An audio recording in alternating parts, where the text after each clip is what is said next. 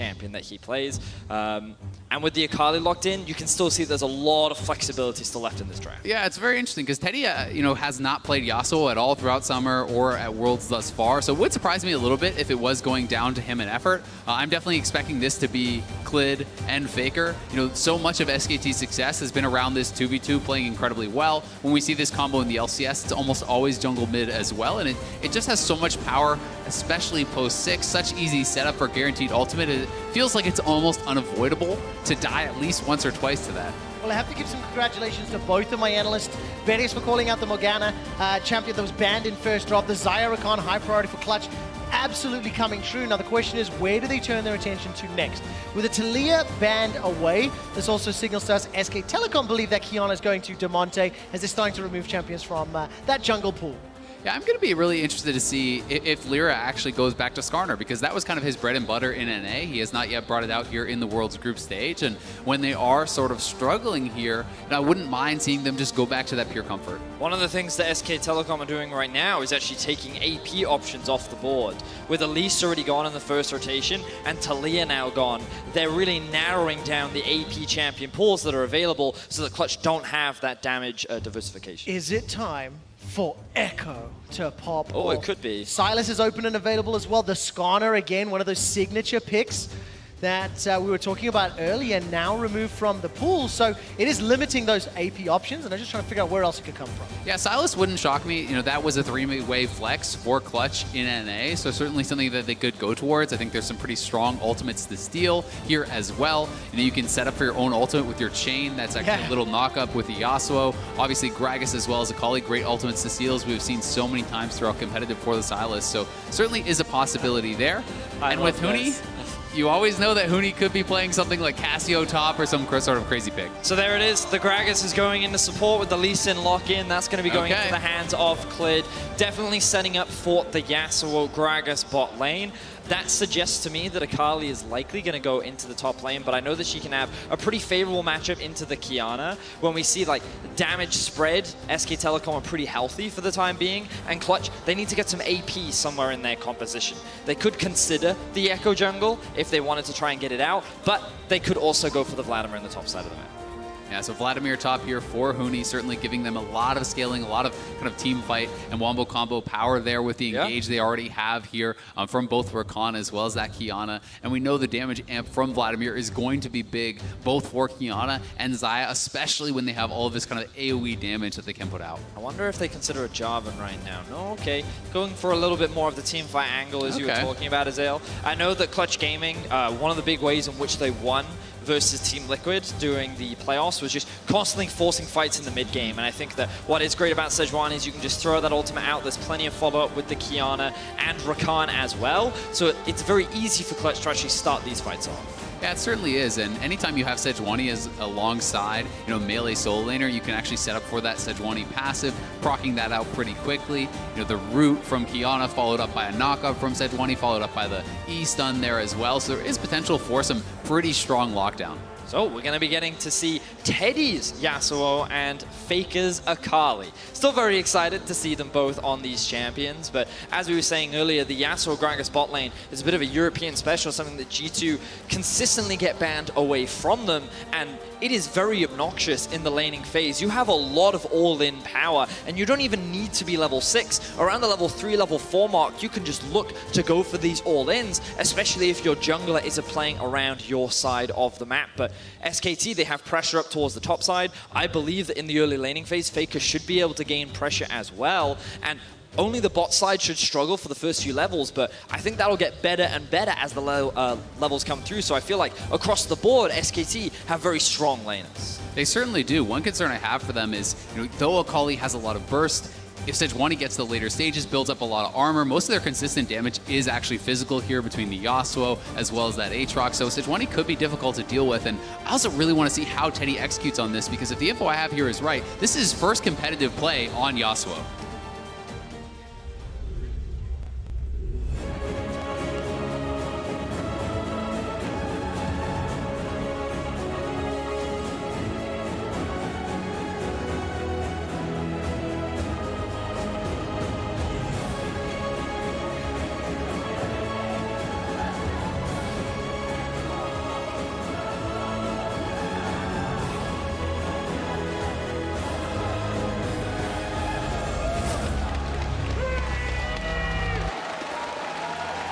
And welcome back to Worlds 2019 as Clutch Gaming are taking on SK Telecom T1. We were just talking about the team compositions before we went into the video. And Azael, you were touching on some expectations around what Lira could do if we were to get to the later stages of the game. We do have a momentary pause, so Vedius, when we zoom out, and we only have team comps to talk about, what do you like to see these teams do over the next few minutes? You've already alluded to sort of top and mid having some, pushing lanes in favor of SKT. So do they just play around that? Or? So I think a very early game, I don't think CG have a huge amount of options. I think that once Damonte gets level 3, you can consider looking for a gank mid, but Akali, the moment she has a Shroud, very difficult to play around. Your best bet is to try and attack the bot lane before it has an opportunity to come online. You will have a lot of push, and what I would imagine is that Lira will actually start on his top side jungle, he will path towards bot, and he will allow Cody Sun and Vulcan to get a hard push in bot so that they can get the wave to bounce back. And that can force the Yasuo and Gragas into an awkward situation for then a repeat gank later on from Lira. So I want to see him focus his attention more towards the bot side of the map during the early stages of play. Yeah, I really tend to agree, but that also is going to put Huni in a pretty tough spot, right? Huni is then going to be in a losing matchup, going to be getting pushed in, and there is always the potential of that early game Vladimir being dove by a combo such as that Aatrox and Lee Sin. I feel, though, that Vladimir is one of those champions that gets harder to dive the moment he does have his pool up unavailable, and I think that the problem that CG is going to encounter is that because SKT have such strong lanes across the side of the map, whatever lane they try to play through, there's a real risk of it being countered. But on top of that, they're guaranteed to lose something on the other side of the map. So it's important that CG, whatever side of the map they choose to play through, which in my opinion should be the bot side, they really do net some advantages because the lanes are very in favor of SKT early on. I keep an eye on the decision making, and we can reevaluate what Clutch decide as we eventually get into game. I am hearing from a production team that the players are pausing just to double check some of the specific settings, and we'll keep you updated as I get more information. Yeah, Huni is just having a little bit of a keyboard issue, so he's trying to get that sorted out, and certainly will be hopefully getting back into the game here pretty quickly. But it is going to be, I think, an extremely interesting game, right? People think a lot about SKT, as kind of this slow team. This team likes to play around very standard marksman picks for Teddy. That is kind of his bread and butter, and it's going to be interesting to see really how they perform, not only just specifically individually with him playing Yasuo, because he hasn't played it in competitive, I had that confirmed, but also it changes how the rest of the map has to play, right? And this is something that we hear a lot of teams talk about, where you'll talk to a pro and they say, yeah, I can play the pick, but we can't play around it. Because all of a sudden, when you lose that ranged marksman,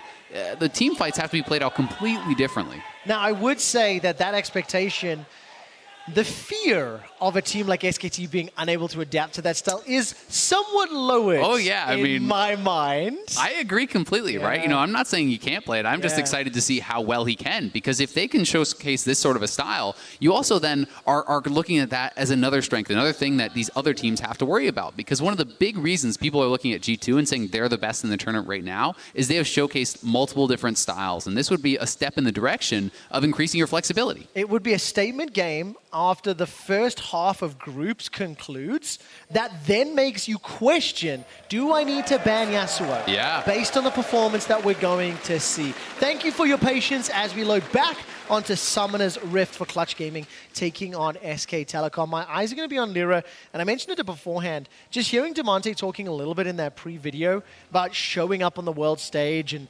trying to win those 1v1s and 2v2s. Well, Sejuani Qiyana against Lee Sin Akali. This is going to be interesting to watch, and I will review it later in the game. I'm a big fan of melee champions being paired up with the Sejuani. Earlier in the year, we saw Camille Sejuani coming out as a pretty popular duo, just because of how easy it is to stack up that Sejuani passive. And I do think that Qiyana versus Akali can be a pretty big skill matchup, but I naturally just give the advantage to Akali at the early levels, especially against Qiyana, because she relies on having her W and Q combo in order to be able to set up any kind of plays.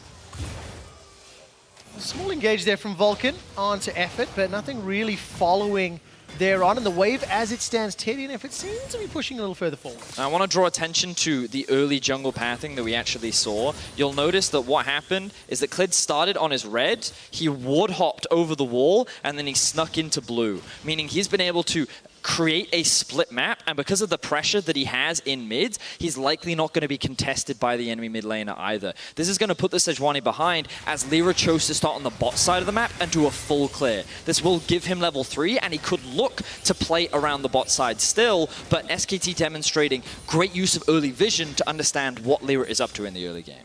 Thankfully for Clutch, they do actually spot out Clid up on that top side of the map over by the Krug. So we'll see if this actually gives the information that Lira needs to try to punish on the bot side. And he's actually looking for a gank, and their ward has just expired here for SKT. There's the knock-up onto Teddy. The body slam comes out from Effort. The feathers fly forward, and nothing further follows up. And this is what we wanted to see. Notice that Cody Sun and Vulcan didn't hard push. They actually let Teddy and Effort get the push in. They arrived late because they were helping Lira start off on his red, which means that they were overextended in the lane. Jungle was topside, but now Lira, he's overstayed in the river. He has indeed. Flashes available. Arctic Assault 2, and very easy to escape.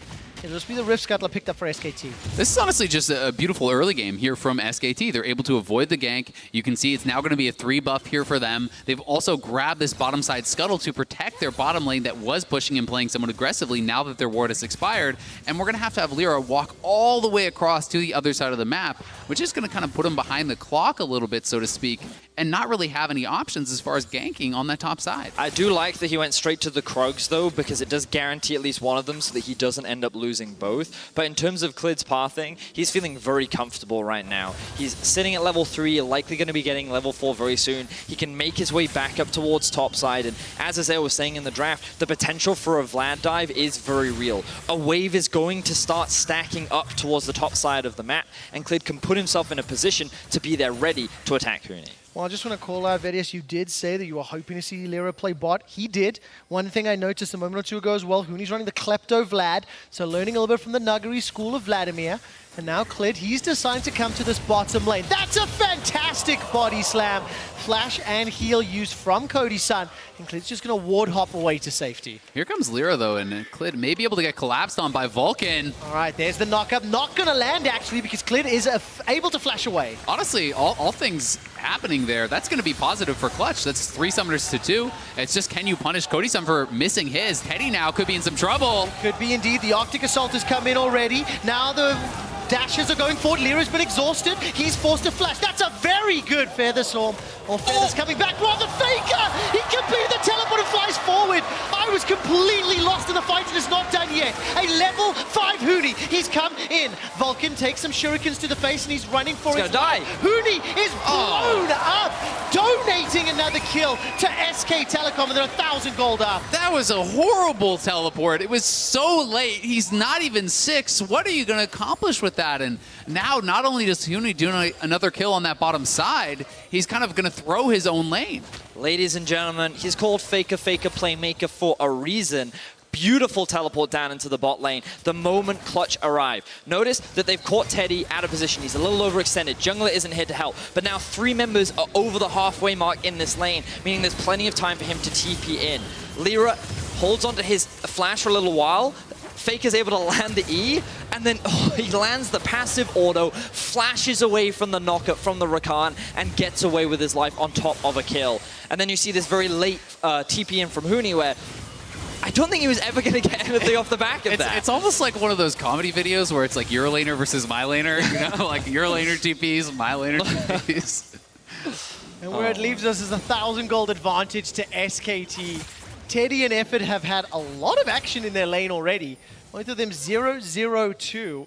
And at least as far as the combining the engages and the tools, definitely look very comfortable on this duo, despite it being Teddy's first ever Yasuo. Now, what's important to recognize is what this means. Because remember, we talked about how SKT have very strong laners. And in the bot lane, especially once they hit level 6, the all-in power of Gragas and Yasuo is very potent. So CG can't afford to fall behind in the early game. And due to this overforce in the bot side of the map and Faker finding 2 kills, it's now a lot harder for CG to control the early game, which means SKT is in a power position to start snowballing with this lead that they have.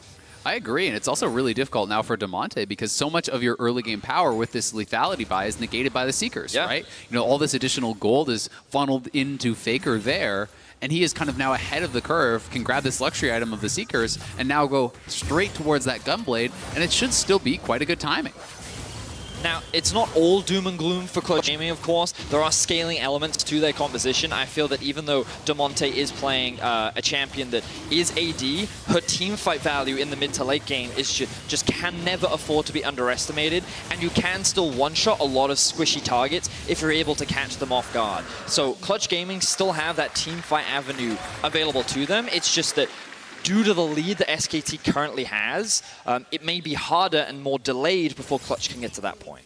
Yeah, Huni also sitting even on farm despite actually TPing away from his lane is pretty nice. But here comes Clid, and he is 6, looking for a kill on bot side. Oh, very nicely done. Cody Sun gets caught out, takes some damage before the Feather Storm buys some time. Just not enough DPS. If you look at itemization, needs a little bit more build up there before they can blow him up. Yeah, and that was really just a nice wind wall as Huni maybe getting jumped on. All right, Huni's in trouble. World Ender is easily enough for Khan to pick up the solo kill. I mean, he just hit everything. What are you going to do? Yeah, I mean, Huni had to flash the 3rd Q, right? You know, he flashed after that it already landed, so the damage was there. Expends the flash, but it is too late, and he does go down. And, you know, bad goes to worse as SKT grabs the Infernal. And this is a 5-person damage comp essentially here, right? You know, even the Gragas is going to be building AP. Every single member of SKT will get a lot out of that Infernal. I mean, I believe there was an interview with Khan that said that he wanted to remind Huni of his place and kick his teeth in, and definitely not a great start to the laning phase as Huni, he's just trying to use Khan, this is a fantastic start. I mean, and I just think that Huni should have just flashed earlier. He should have flashed the moment he recognized that he could not get out of the E landing from Khan. Just no respect being shown to his lane opposition. Yeah, watching that back again, the timing was actually so tight on hitting that 3rd Q out of the pool, so Huni may have actually judged that the 3rd Q would go into the pool instead of actually landing perfectly out of it. So really well timed there by Khan, and credit to him for getting an advantage on that top side. Well, read into this what you will, viewers at home, but Huni actually has a pretty successful record on the international stage, despite just getting solo killed. We're playing with Fnatic 11-11, SKT 25-11, Clutch Gaming so far 6-4. But he really is kind of the difference maker, the danger man when you look at Clutch and whether they're going to win or lose. And he has been for a lot of his teams, right? And I think it's so cool to see this guy who has succeeded in 3 major regions, made it to Worlds on teams that were oftentimes about his crazy playstyles. And that is why I think he has become such a fan favorite and such a fun player to watch. Yeah, I completely agree with you. And right now, he's being relegated towards the bot side of the map. He doesn't have his teleport, but it will be available soon. Given that it's 10 minutes, Clutch have decided to go for the swap, try and get out of this 2 versus 2, but also set up for the Herald. And I think that once they complete their first item, they could consider going for a fight. Because oh, bit of a skirmish in mid. But because Faker has delayed his Gunblade, it means that Akali, even with the gold lead, is not going to be as potent without that item. So I can see a window where Clutch could consider going for a fight this early on to try and reclaim control. Yeah, and they may actually look for it with Huni roaming up, because if he doesn't actually walk all the way up, they can't even challenge, right? Khan has TP advantage still. Huni not quite having his teleport. So Huni is just running up to mid lane and trying to be there as they are starting this out to look for a potential 5v5. And this could be something that really does decide a lot of this game. Watch Damonte.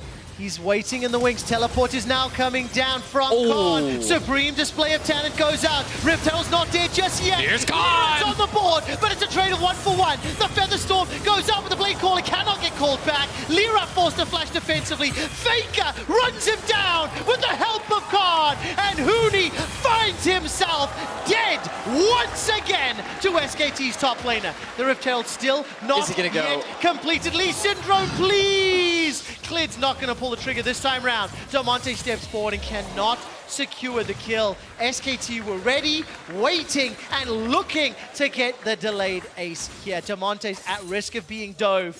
And it's just a matter of time. You have to feel.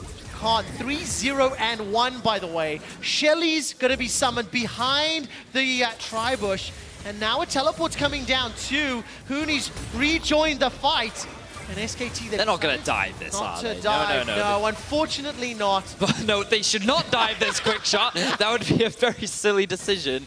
But SKT just completely outplayed CG in that fight. A very clutch stopwatch from Effort to avoid the initial engage from Damonte. The fact that Clutch Gaming end up getting split apart, you just get to see the team fighting prowess of SKT. Yeah, and this ward over the wall was so critical. the TP is in such a perfect place. Right as they're engaging, you're now going to be having this very strong Aatrox coming in behind the squad, and all of a sudden, there's no safe spot for Cody Sun to kite back to because he was planning on kiting back into the area, utilizing the feathers and the AoE, and it just got completely shut down. And you can see that Huni wasn't even relevant in the fight whatsoever. He got cut off while SKT was setting up this great collapse, and SKT, they were ready for the fight, they recognize it, and now they're just ballooning their lead even more. And we're just going to go again, because Clutch, I don't know if they feel like they can give up another Infernal here. SKT already an enormous advantage, and if you give over a second free Infernal to them, it feels like your chances are really getting dim. 3,500 gold lead for SKT already. 2 Infernals, this one will be uncontested. And if you'll notice the scoreboard, everybody watching at home, the 2 solo laners, Khan and Faker, 3-0-1, 4-0-1 respectively. Faker's already looking, can he get the solo kill? Perfect execution was on cooldown. You have to think if that was available, that'd be another dead Huni. Well, Faker with his Gunblade now completed is like, yeah, okay, I'm pretty strong now, 13.5 minutes into the game. He can solo kill anyone that he wants. Khan in a very similar position, yet to complete the Black Cleaver, but still feeling very strong. And they're just taking advantage of their massive solo lane leads to just funnel even more gold into them. And look at the lack of vision here. You know, Clutch has no vision across this line, and that's why Damonte is not even feeling comfortable to actually farm out the wave. He was having to back off, seed these turret plates, because he didn't know if Clid was behind him, and he certainly is now. Yes, he is. Damonte is just blown up under the tower. Now the Supreme Display of Talent gets Khan low, but not enough to find the kill. And now all of a sudden effort comes down. Faker's looking for the kill. He's got the ultimate available. Hemoplague will be healing up Huni. Faker's looking at the tower. Takes another shot to the face. Huni stays alive a few seconds longer, and Faker's holding on to his ultimates. Faker putting a lot of pressure down onto Huni, is looking to secure his first tower of the game. 6k gold lead for SKT. They have just so cleanly controlled this early game. They have outplayed CG multiple points, and while Clutch have found a single kill on the board, right now it feels like that the game is slowly slipping away from them. I mean, this one feels like it's all over but the crying to me. Like this is so difficult for them to ever come back. You know, Faker being multiple levels ahead of both of the solo laners. Actually, Khan is as well. It's both 11 on SKT's side to both 9 on Clutch's side, and they're just so monstrously behind. No one can answer either side, so you just become, you know, stuck in this problem where you have to send multiple members to either one, and you're never going to have the appropriate lane assignments to actually answer SKT. And Clutch are kind of hoping for a miracle at this point. We talk often a lot about how they do have team fighting elements, but we're kind of clutching at straws because you can see, yeah. This kind of summarizes my point pretty much entirely, which is that Exhibit A. Yeah, it's all well and good saying like, oh, we have the scaling. It's completely irrelevant if you don't get to that point in the game, as Faker's just continuing to snowball his lead across the map. Don't worry, guys. We only need to hold on for 45 more minutes. I'm going to get there. I'd like to hear some celebration music to that Akali animation, which is leading the blades above her head. It also felt a little personal, of course. Faker going after Huni, former teammates, taking him out under the tower. 5-0-1. Oh, this is just painful, observers. He already is at 50% health. He overextends in the lane. Faker, with his ultimate and Q, uses the flash as well. Okay, so at first I was like, is it really personal? The fact that he would flash for that kill suggests, yeah, that one felt kind of personal. Tough game thus far for Huni, but honestly a tough game really for all of Clutch, right? You know, Damonte going for this relatively cheap build. He doesn't even have his first item yet. You know, he's sitting on 4,800 gold. Faker's over 8,000. Unreal. Talking about gold lead, at 15 minutes, SKT were up 5,961. It is the largest gold difference at 15 minutes of the group stage thus far. Wow. An extremely dominant early game. Just before we were going on camera, one of the things we were talking about was the mid game from SK Telecom and how they're not like your G2s, for example, that really just accelerate.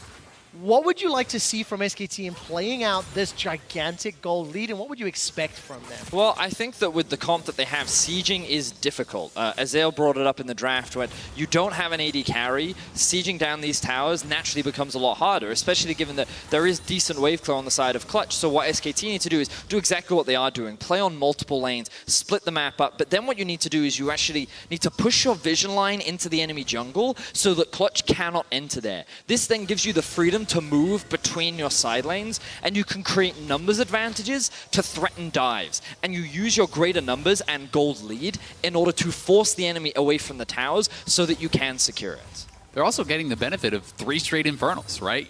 If this is something that Clutch feels like they may have to challenge, well, then SKT doesn't have to do a lot of work to actually get a team fight. And I think if you grab the 3rd Infernal here, which SKT is certainly going to set up for, then they can also look towards the Baron thereafter, set up their vision in that area, as you're talking about, Vedius, and you have fantastic engage in turn with the Gragas and the Lee Sin. I'm looking at this Clutch composition right now as they are completing a couple of items. Faker happens to stumble upon Vulcan. I think Vulcan's in a lot of trouble. Damonte is going to look for some damage. We'll find a small route on the Faker. Now Huni not going to be able to flash over the wall, and Faker instead dashes away to safety.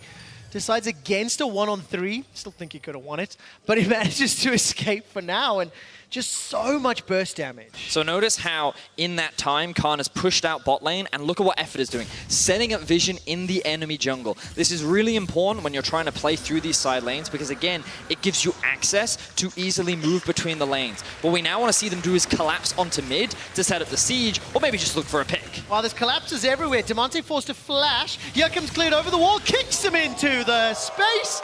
And that was an easy final breath from Teddy. Into space? Yeah, I know.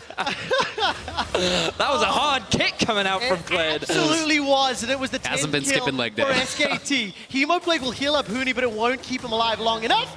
Faker just chases him down for his 6th kill of the game. The mid lane tower's in trouble. Teddy's gonna dash away, throws up the wind wall, teleport being channeled, and that's the 4th tower. Vedius, you called it. Force Clutch away from the towers. Look for picks. Whether it's the tower or the jungle, irrelevant. The thing is, though, is Clutch is walking into areas of the map that don't belong to them, which means that SKT can quickly find these collapses. What does belong to them? That's their red buff. Yeah. The Nexus, maybe? Yeah, about that. But what in the meantime, Khan took bot tower, they found a tower in mid, and this is how SKT do it. It's not about overforcing, it's just whenever you see someone in that position that they shouldn't be in, you're able to find that collapse, find that pick, and you immediately convert it into an objective. These games are just so easy to close out because you need too many members to answer every side, right? Yes. You know, you said it's a 1v3 that Faker is kind of pushing them back, then Khan comes on the other side, you have to run down to there. Now all of a sudden there's no one to answer Faker, and he's pushing in. You're out-leveled in really every role. Teddy is higher level than the solo laners really on Clutch right now.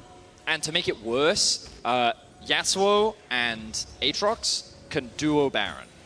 They have the ability to. Probably not yet. It depends. Once he completes his Infinity Edge, this duo is very prominent just because of how much damage and consistent damage that the Yasuo is able to output. So it's something that CG also have to respect. Do they kill Faker, yes or no, Vedius? No. Okay, let's see what he does. 3-on-1, 4-on-1 as Cody Sun comes down. The quickness is used already. Faker's got flash available. He dashes. He doesn't even use the flash. And Vedius, you are a god. You called it. Faker escapes. And SK Telecom, they start the Baron. That was Faker doing Faker things. Yeah, they're going to grab the Baron, and I think they can close with this. They are monstrously ahead. Faker not even close to going down. He still had the zone, he still had the flash, and Huni is in trouble. He is indeed. He's going to use the W to stay alive for a while longer. Gets away from the barrel at least, and the Hemoplague does literally nothing useful. 11,000 gold lead, triple Infernals, Baron, 4 towers to 0. And Faker and Khan are just styling on kids. And while that was a very cool play from Faker, it's really important to give credit to the rest of SKT because of how they're constantly setting up the map. They have great vision control around areas where they know they have greater numbers, which means that even if 4 members didn't go bot for CG, they can't answer the Baron because of how much control SKT have. So the moment they see where Clutch is, they get to make a decision, they get to punish them, and now they sit with an 11k gold advantage, 3 Infernal Drakes, and a Baron buff. Oh, Faker's going to be pushing on that bottom side here. No one even close to answering. All Clutch can do is just try to do these 3v1, 4v1 style plays, kill someone immediately, and hope that you can actually delay that way. But Faker now at the base. Teddy's here as well, pushing up mid lane. So SKT going to be knocking down turrets on all sides. Clutch just don't have the pieces to answer. No, they don't. And even if they were to pick a fight, they're so far behind in every single metric. You need SKT to make mistakes that Clutch can punish. And the item disparity alone gives SK Telecom this margin of error that even if they play frivolously, even if they play carelessly, they can miss crucial abilities but still just outstat their opponents. Yeah, at a certain point, you're just smacking them with your wallet, right? There's Yeah, no it's real way. is, yeah. And in North America, we know a lot about this. It's a TL approach. Oh man, all right, the tower goes down in the mid lane. Effort is forced to flash to safety. He almost goes up, but how much has been expended? Teleport is now completed. Not gonna find a knockup for SK Telecom. They look to siege the base. The inhibitor was broken in the bottom lane. Sorry, that was really good, Azael. And then it's gonna continue the pressure top. You can see Clid is ushered the minion wave forward, and he's taking the inner turret as well. So SKT, oh, they're finding another pick. They are indeed. Huni's going to buy some time. Wind wall goes up. That'll block any follow-up. The tower's going to put some damage onto Teddy, but not enough to do more. And now Khan, he's standing toe-to-toe, daring Clutch to fight him. So SKT's clean game was ruined by Effort getting picked off in the mid lane. Of course, they do trade it for a bot inhib. They still have the Baron left, but I think that they need to reset on the map before they look to push any further. So we're likely going to see SKT backing off and then start playing through both top and mid. They know that with the gold advantage that they have and that CG need literally 5 members just to kill a support, that as Azael said, they can pretty much just walk their wallet down the mid lane. I mean, SKT were 2 kills away from a perfect game. You know, they were just in such a good position.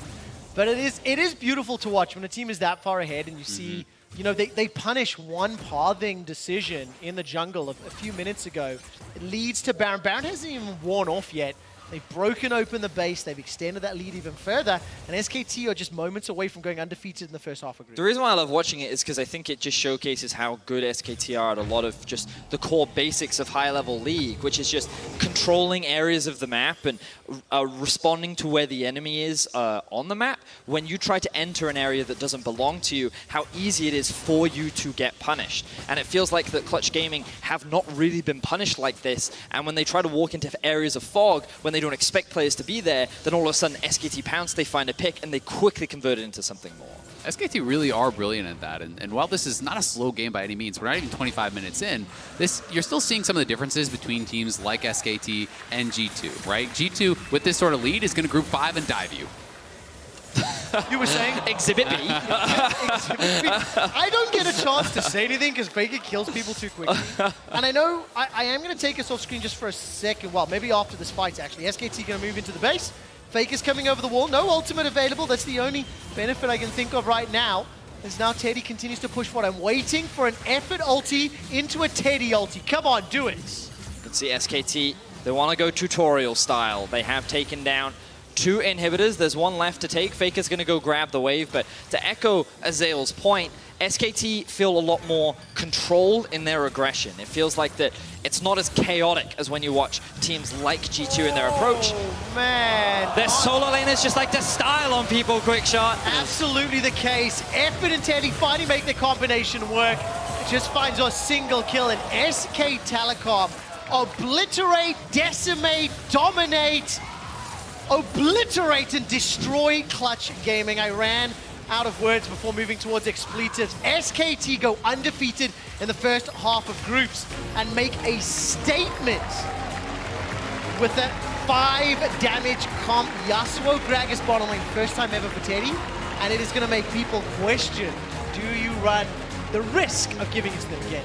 It's a tough choice because the game wasn't about the bot lane, but they certainly also didn't make any big mistakes, right? You know, there was nothing huge or glaring that you're saying, oh, well, Teddy messed up here or they messed up there. But this was about Faker, this was about Khan, and this really was absolute obliteration of Clutch. And we talked a lot in draft about what we needed to see happen for Clutch, and unfortunately they just could not make it work.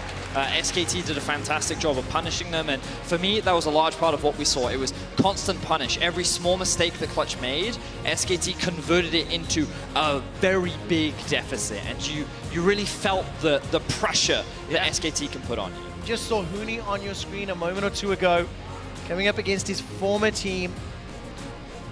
Faker putting on an amazing performance, but honestly though, in every game he has played, he has looked